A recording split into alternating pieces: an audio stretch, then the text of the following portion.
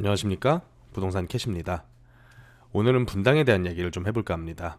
분당 같은 경우에는 일기 신도시의 대장이라고 불리는 지역이죠. 그래서 1991년부터 입주를 시작을 해서 이제는 연차가 30년을 넘어가는 그런 지역으로, 여태까지는 재건축이 아닌 리모델링에 대한 얘기만 굉장히 많았었는데, 이제 한솔주공 5단지를 기점으로 해서 리모델링이 우선적으로 시행이 되겠고요. 또 경우에 따라서 이제 하락장이 모두 마무리가 된 이후에 본격적으로 또 다시 한번 상승장이 올 수가 있다고 보면, 이런 분당처럼 입지적으로 훌륭한 지역들은 아파트마다 편차는 좀 있겠지만 경우에 따라서는 재건축으로 그 사업 방향을 틀 가능성도 충분히 있다고 보여집니다. 그래서 지금은 그런 부분들이 너무 먼 미래이기 때문에 아직은 불확실한 부분을 건들기보다는 한솔주공 5단지처럼 현재 이미 리모델링을 추진하고 또 이제 좀 있으면 분양까지 예정인 단지를 한번 분석을 해보면서 여태껏 우리가 분석했었던 재건축 재개발과 이런 리모델링 사업 간의 차이점을 한번 생각을 해보고자 합니다. 일단 한솔주공 5단지의 입지적인 특징을 한번 보자면, 굉장히 넓은 이 분당 신도시 중에서 역세권에 위치해 있는 아파트죠. 그리고 그 근처에 있는 역은 정자역인데, 분당선과 신분당선이 교차하는 더블 역세권입니다. 그렇다 보니까 이 분당에서도 선호도가 굉장히 높은 정자동에 위치해 있는 지역이라고 보시면 되고요. 또 가장 먼저 이 리모델링 시범 사업지로 선정이 된 아파트 중에 하나죠. 그래서 속도가 굉장히 빨라서 여태까지 이 코로나 이후에 있었던 굉장히 큰 상승장에서 이 상승폭을 상당히 많이 큰 높은 수치로 기록을 했었습니다. 근 2배 가까이 상승을 했으니까요. 하지만 최근 들어서 나오는 뉴스들을 좀 보면 이 분당 산솔 5단지의 이 이주가 상당히 좀 지연될 수도 있는 그런 뉴스들이 좀 나오고 있거든요. 이제 어느 지역, 어느 단지에서나 나타날 수 있는 이슈들인데, 몇몇 가구들의 반대로 인해서 이런 이주 관련된 내용들이 좀 중단이 되고 또 앞으로 소송전에 들어가게 되면서 보다 더 우리의 예상보다는 좀 늦어질 수 있는 그런 이슈들이 좀 나오고는 있습니다. 하지만 어떤 단지가 그랬듯이 이 한솔주공 5단지 역시 아주 오랫동안 끌면서 사업성을 저하시키려고 하지는 않을 것 같아요. 그래서 어느 정도의 이제 추가적인 비용을 더 이 반대하는 조합원들에게 좀 써주면서 보다 빠르게 사업을 진행하고자 하겠죠. 그래서 이 한솔주공 5단지 같은 경우에는 빠르면 2026, 7년 정도면 리모델링 분당 1기로 입주를 시작을 할 수도 있지 않을까 하는 기대를 좀 해봅니다.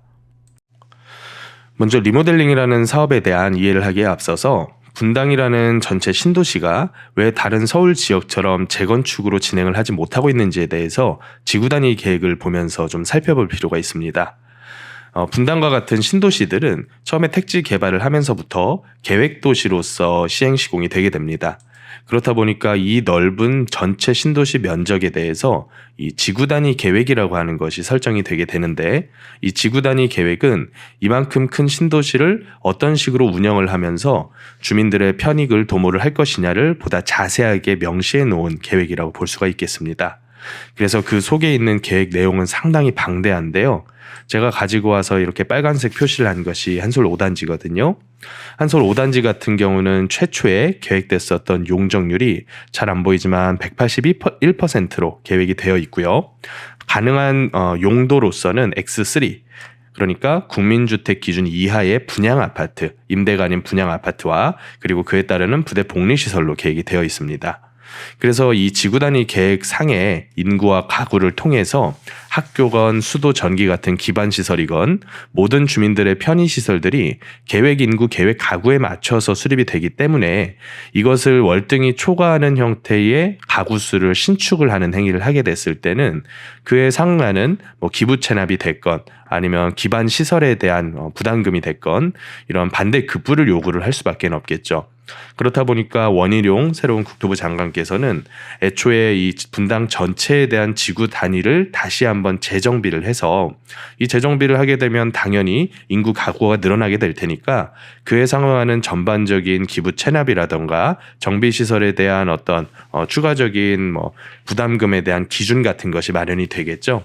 그러면 그것을 용역을 2024년 말 정도까지로 잡고 있는데, 그때까지 기다려서 이 기준에 새로운 기준에 맞춰가지고 재건축 진행을 하던가 아니면 현재 도시 및 주거환경 정비법상에 근거한 재건축을 통해서 민간 사업으로 진행을 하던가 주민들이 선택할 문제다. 이렇게 얘기를 하고 계시죠. 그래서 성남시에서는 전체 그 성남시에 대한 리모델링을 기본 계획을 수립을 해서 공개를 하고 있습니다. 그래서 분당 신도시 같은 경우에 그 내용을 살펴보자면 정비 기본 방향으로는 분당 지역은 재건축이 추진이 어려운 지역임을 고려를 해서 여유 용적률이 부족하고 또 안전진단 기준이 강화되다 보니까 현실적으로 분당은 재건축이 어렵다. 그래서 도시 재생 방향으로 리모델링 활용할 필요성이 느껴진다. 그래서 리모델링을 좀 활성화시키겠다는 목적을 잡고 있고요. 또 분당 전체 지구 단위 계획을 정비를 하겠다.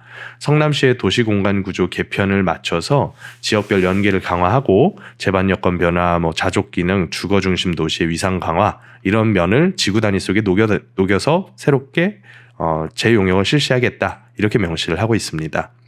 그래서 그 이전까지의 리모델링을 어떤 식으로 처리를 할 거냐 이 부분을 봤을 때는 세대수 증가 가능량이 설정이 되어 있습니다. 그래서 계획인구 여유량이라는 것도 존재를 하고 모든 계획 도시에는 이런 기본 계획들이 마련이 되어 있죠. 그래서 이미 지금 지어져 있는 세대수 대비해서 기반 시설을 활용하기에는 얼마 세대 정도의 여유가 남아 있는지를 이렇게 뽑아낼 수밖에 없습니다. 그래서 한솔주공처럼 리모델링을 사업 승인 인가 단계까지 간 단지들은 도시계획, 이 도시계획에 대한 수정을 요구를 하는 도시계획위원회를 소집을 하게 되고요. 이 도시계획위원회상에 어느 정도 통과가 됐으니까 사업계획 승인이 났겠죠. 그래서 현재 사업계획 승인이 난 한솔주공 5단지의 전체 용적률 규모는 277%까지 새롭게 지을 수 있게끔 허가가 났습니다. 그래서 기존의 조합원이 1156명이었는데 이것을 동을 하나 새로 신축을 하는 거죠. 비어있는 부지에다가 동을 하나 새로 신축을 하고 또 기존에 있는 동 일부를 수직이 아닌 수평으로 넓히면서 면적 변화를 주면서 세대를 일부 면적 증가를 하고 또 별동을 통한 일반 분양분을 좀 뽑아내면서 1156세대에서 1271세대 규모로 이런 식의 리모델링을 추진을 한다. 이렇게 보시면 될 것 같습니다. 그러면 현재 한솔주공 5단지 각 평형대별로 거래가가 어떻게 흘러가고 있는지를 한번 살펴볼 텐데요. 일단 가장 작은 17평짜리 물건을 좀 보시면요. 가장 최고가를 찍었던 2021년 9월 달에는 10억 근처까지 거래가 됐었습니다. 하지만 최근 들어서는 이제 보통 거래되는 금액대 선을 한 8억대 정도 선으로 봐야겠죠. 물론 직거래로는 그보다 한참 낮은 5, 6억대에도 거래는 있었는데 이거는 시장 거래가라고 보긴 좀 어렵겠죠. 그래서 아직까지는 이 재건축에 대한 리모델링에 대한 이슈가 남아는 있지만 사람들의 기대 심리가 어느 정도 꺾이고 또 전반적인 분당 전체의 매매가와 전세가가 급격하게 지금은 조정을 받고 있는 시기라고 볼 수가 있겠습니다. 18평짜리가 가장 많은 세대를 차지하고 있고요. 473세대 규모가 18평짜리 세대인데 차트 모양은 비슷합니다. 최고가 거래했던 가격은 10억 언저리, 그리고 최근 거래되는 금액대는 경우에 따라서 이런 아주 낮은 금액도 있겠지만 분위기상으로 봤을 때는 한 8억대 정도로 봐야 되지 않을까, 7억대 정도로 보시는 분들도 계실 거고요. 다른 지역들 같은 경우에는 2020년도 초 내지는 2019년 말 정도 가격으로 현재 이 매매가가 회귀를 많이 하고 있는데 분당도 이런 일반적인 거래에서는 그 모습이 보이지만 아직까지는 이 매물 올라가 있는 것이 거의 없다 보니까 기대 심리가 조금은 남아있겠다는 생각이 좀 듭니다. 20평대나 30평대의 모양도 크게 다르지는 않고요.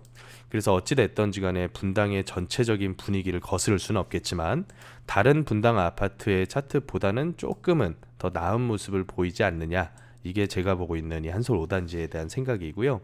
나머지 단지들 역시 최근, 그러니까 정부에서 발표한 그 규제 완화 조치가 있은 이후에 매수세가 급격하게 늘어나지는 않았지만 그렇다 그래서 기존처럼 최저가 거래된 금액 미만으로 계속 매물을 쏟아내는 매도 물량 역시 자취를 좀 감춘 상태다라고 보시면 될 것 같아요. 이런 움직임이 현재 분당뿐만이 아니라 강남 송파권역 그리고 강남권역에서도 조금씩 나타나고 있는데요. 매수세가 최저 실거래가 이상의 매물을 잡으려고 덤비지는 않습니다. 최저 실거래가가 예를 들어서 이런 17억대다. 그러면 17억 선에서 나오는 매물들, 금매겠죠. 그런 금매들은 어느 정도는 지금 거래되는 그런 분위기를 좀 보이고 있어요.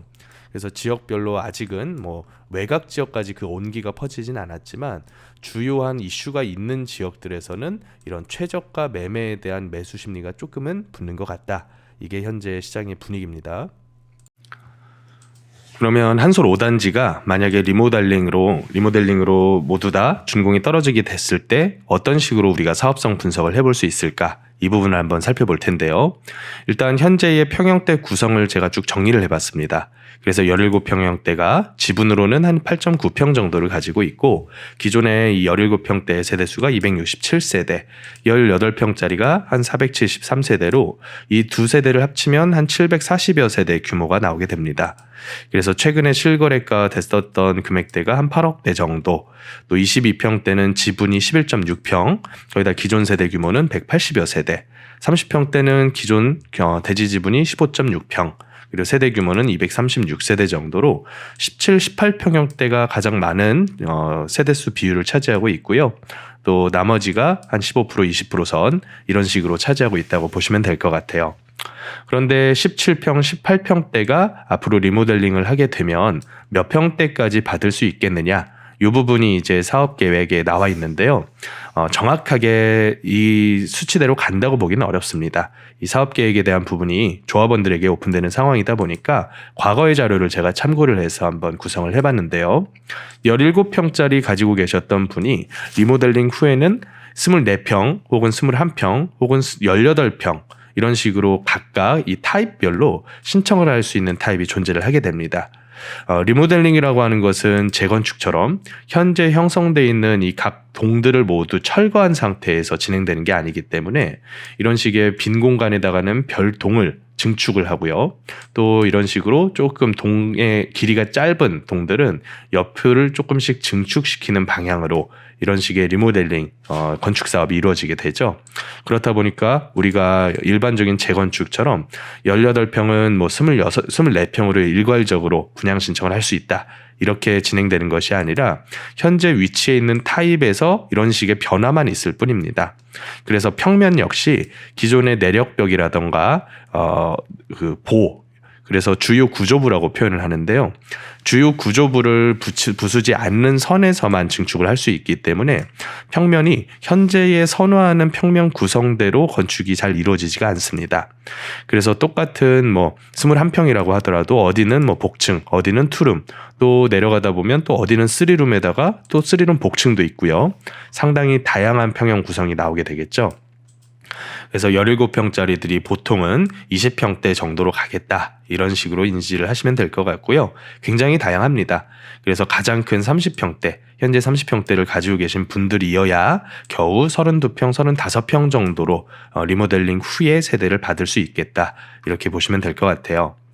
그래서 이런 식으로 구성을 쭉 하게 되면 정확하지는 않지만 얼추 현재 사업 계획된 그 정도의 세대수를 제가 어느 정도 배분을 해서 맞춰봤습니다.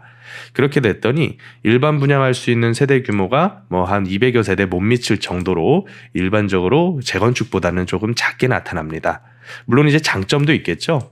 리모델링 같은 경우에는 법적으로 그 기부 체납에 대한 임대주택이라던가 기부 체납에 대한 부분이 크게 명시되어 있지가 않습니다.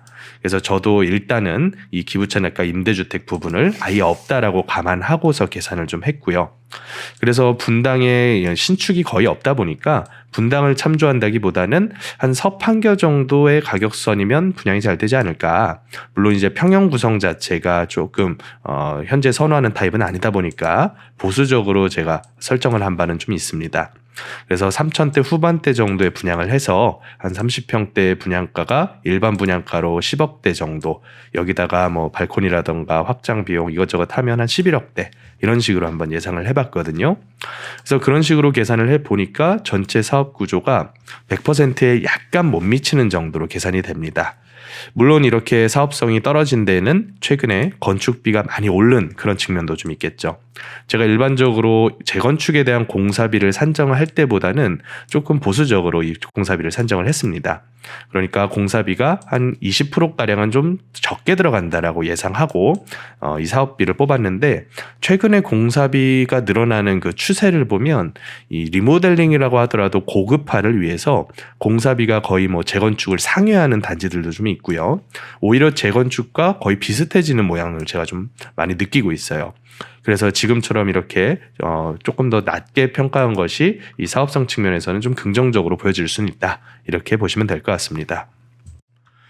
자, 그러면 현재 있는 18평짜리 매물을 우리가 매수하게 됐을 때 계략적으로 어느 정도의 분담금을 부담을 하게 될 것이냐, 이 부분을 한번 생각을 해봐야 될 것 같은데요. 일단 18평짜리가 현재 전용 면적으로는 13평이 약간 못 미치고요. 대지 지분으로는 한 8.87평 정도, 그래서 기부 체납이 없다 가정을 하고 현재 8.87평의 토지를 가지고 사업에 기여를 했다라고 파악을 한번 해보겠습니다. 그래서 277%의 용적률 적용을 받아서 24평을 분양을 받아서 대지 지분이 거의 뭐 비슷하게 되겠죠. 그래서 이 부분과 공사비, 즉 지하 공사비까지 간주를 해서 평당 공사비를 대략적으로 한번 뽑아봤고요. 그러면 지분의 가감은 거의 없는 상태입니다. 그 상태에서 공사비만 약간 부담을 하면 되는 상태니까 2억에 약간 못 미치는 한 1억 7천만 원대 정도의 분담금이 나오지 않을까.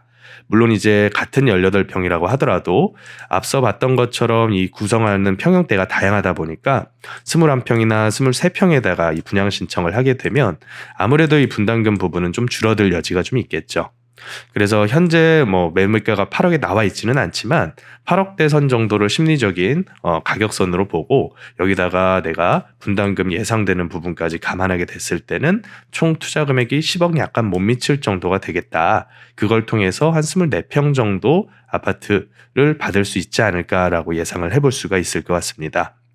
자, 그러면 내가 지금 8억대 이상을 주고서 분당 한솔주공 5단지를 매입을 하는 것이 맞느냐?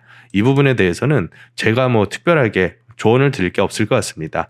만약에 내가 공사 기간과 또 이주 철거하는 기간, 이 모든 기간을 기다려서 여기서 리모델링을 통해서 나올 수 있는 어떤 24평형 정도의 아파트를 받을 수 있다라고 하면 내가 10억을 투자를 할 것이냐? 이렇게 내 자신에게 한번 물어보고서 합리적인 판단을 내리시는 것이 투자자에게 가장 좋을 것 같고요. 한 가지 조금 조언을 드리자면 현재 건설업이 굉장히 크게 위기를 맞이하고 있습니다.